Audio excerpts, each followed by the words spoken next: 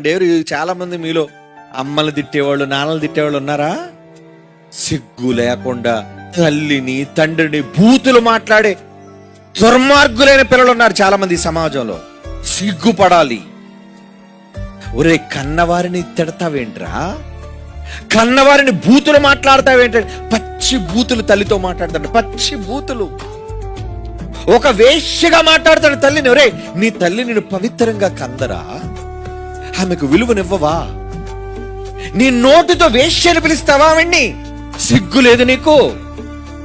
ఆమె పవిత్రంగా ఒకే తండ్రితో ఒకే భర్తతో కాపురం చేసి కంటే నువ్వేంట్రా నోటితో బూతు మాట మాట్లాడుతున్నావు? సిగ్గు లేనివాడా. సమాజం తల్లిని దూషించి తండ్రిని అవమానిస్తున్న పిల్లలు ఈరోజు సమాజంలో లేరా? ఉన్నారో? వంకర పిల్లలు, వికట జీవులు, వికాసం లేదు, దేవుని జ్ఞానం లేదు.